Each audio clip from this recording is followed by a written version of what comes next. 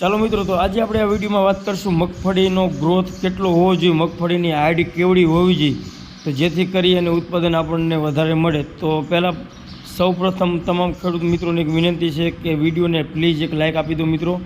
તો વૈધ કેવડી હોવી જોઈએ ને વૈધ વધારે વધી જાય તો એને અટકાવવા માટે આપણે કઈ દવા છાંટશું જેથી કરીને 15% થી 20% ઉત્પાદન વધી શકે. તો ચાલો વિડીયોમાં મિત્રો આગળ તમામ માહિતી મળશે.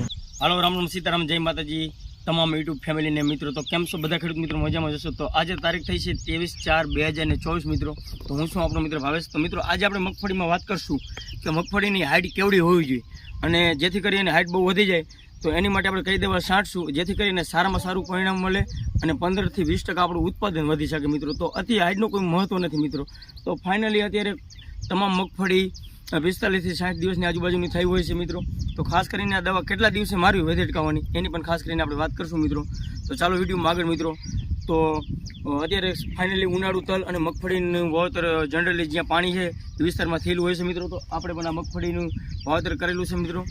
તો આ મગફળી અત્યારે આપણે 55 દિવસની થઈ ગઈ છે. તો આ દવા હવે આપણે કેટલા દિવસે મારવું અને કઈ દવા મારશું એની વાત કરશું મિત્રો.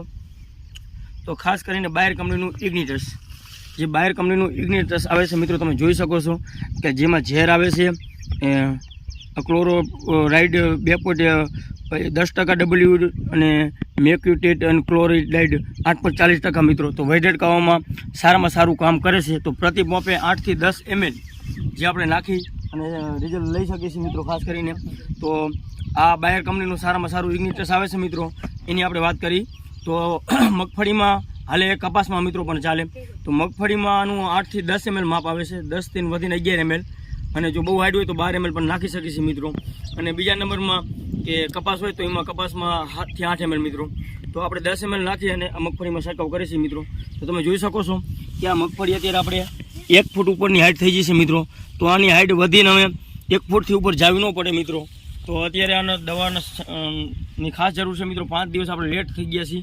તો આ દવા મારવી હોય ને તો 45 થી 50 દિવસની વચ્ચે મારવી મિત્રો, જેથી કરી અને મગફળીનો ગ્રોથ જે ઉપર અટકી જાય છે અને ખાસ કરીને નીચે હુયામાં જેને એનું પોષણ રહ્યું એ હુયામાં મળે છે.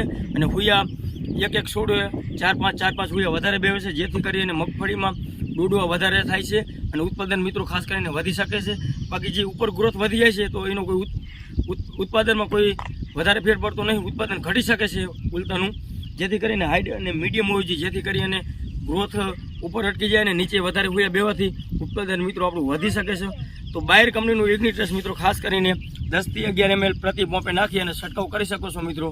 અને જો આપણે નાખવામાં તમારે સરળતા ન પડે 7-8 ml તો એક ડોલમાં મિત્રો ખાસ કરીને પલાળી દેવાનું. તો હું તમને ચાલો દેખાડું છું મિત્રો. ખાસ કરીને જો આપણે ડોલમાં મિશ્રણ પલાળી દીધું છે અને આના પૈકી આપણે એડુની દવા કે ગમે તે આપણે નાખી શકીએ છીએ, જેથી કરી અને એડું હોય તો એડુમાં પણ સારું રિઝલ્ટ મળે મિત્રો.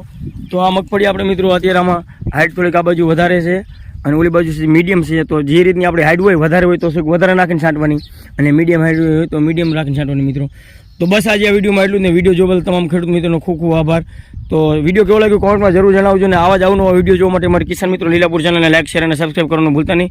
તો બસ આજે આટલું જ.